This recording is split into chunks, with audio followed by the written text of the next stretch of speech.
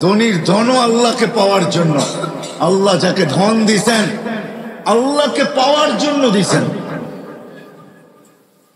আপনার কতটুক ধনের মালিক এটা যদি না হইতো তাহলে আব্দুর রহমান ইবনে আউফ কোনোদিন বলতেন না এই কথা। যাকে আল্লাহ ধন দিছিলেন কতটুকু, যেদিন দুনিয়ার থেকে বিদায় নেন ওই দিন ওনার ক্যাশ কোটি টাকা। কত? কয় টাকায় হয়?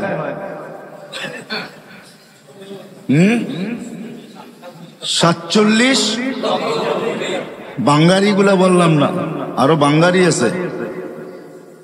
47 লক্ষ কোটি টাকা ক্যাশ ছিল, ক্যাশ। আপনাদের এবার ন্যাশনাল বাজেট হয়েছে 6 লক্ষ কোটি টাকা, ওনার কাছে ছিল 47 লক্ষ কোটি টাকা। ওনাকে জিজ্ঞাসা করছে এত দান কেন? বলছে আল্লাহ পাওয়ার জন্য দিছে। লিল্লাহি ওয়ালি রাসূলিহি ওয়ালিল মুমিনিন।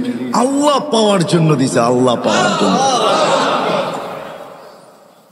আমার কাছে যদি সামর্থ্য থাকতো তাহলে আমি ওই লোককে এখানে নিয়ে আসতাম। আমার কাছে সামর্থ্য নাই, বড় অ্যাবিলিটি লাগবে, তাইলে তাকে হয়তো নিয়ে আসা যাইতে পারে।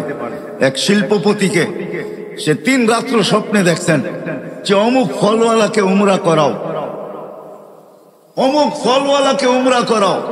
প্রথম দিন দ্বিতীয় দিন সে বুরুক্ষেপ করে নাই যে হয়তো এটা এমনি দেখতেছি। তো তৃতীয় দিন বড় কঠোর ভাবে দেখছেন, কঠোরতার সাথে স্বপ্ন সামনে আসছে যে তুই করাবি কি করাবি না বল। তো সে ঘুমের থেকে উঠছে, কোন মতে তার নাম্বার জোগাড় করছে, করে তাকে ফোন দিছে তোমাকে আমি উমরা করাইতে চাই। সে একটা অট্ট হাসি দিয়া বলছে যে আমি তো নামাজই পড়ি না, আমি আবার কি উমরা করব?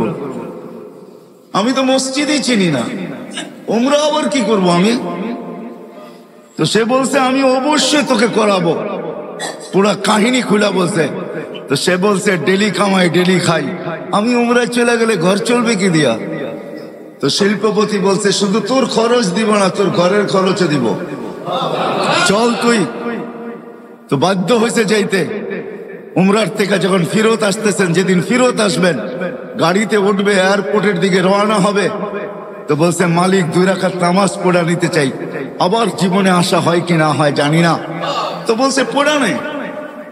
প্রথম রাকাত পুরা করছে, দ্বিতীয় রাকাতে যখন দ্বিতীয় সেজদায় গেছে আর ওঠে না, লম্বা সময় চলে গেছে, ওঠে না। শরীরে যখন হাত দিছে তো দেখে আর দুনিয়াতে নাই, চলে গেছে। তো শিল্পপতি ভাবতেছে মৌতটা আমার হইল না কেন, ওর হইল কেন? দাফন কাফন করে চলে আসছে। বাড়িতে জিজ্ঞাসা করছে কি কাজ করতো, এর আমল কি ছিল? এত জামাজি পড়তো না, মসজিদই চিনতো না, আবার আমল কিসের? বলছে এরকম মৌত হইলো তো হইলো কি কইরা? কোন সূত্র অবশ্যই থাকবে। বলে সূত্র একটাই আছে, হয়তো হইতে পারে। বলে সেই সূত্র কি? বলে ফল বেচা যখন বিকালে বাজার করে ফিরতো, তো আমাদের প্রতিবেশী এক বিধবা আছে, কিছু এতিম বাচ্চা সাচ্চা নিয়া ঘরের জন্য যা আনতো তাই কিনা নিয়ে আসতো এদের জন্য। বাহিরে রাইখা আওয়াজ দিত, বোন বাজার বাহিরে রাইখা গেছে, ভিতরে নিয়ে যাস। বলে এই আমলটাই তার ছিল।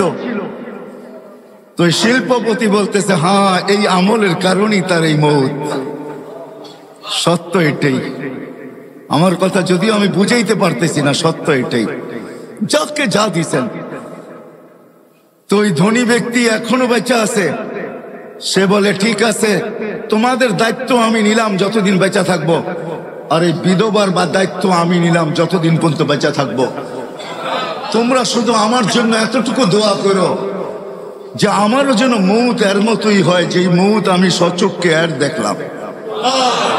ধনীকেও ধন দিছেন আল্লাহকে পাওয়ার জন্য।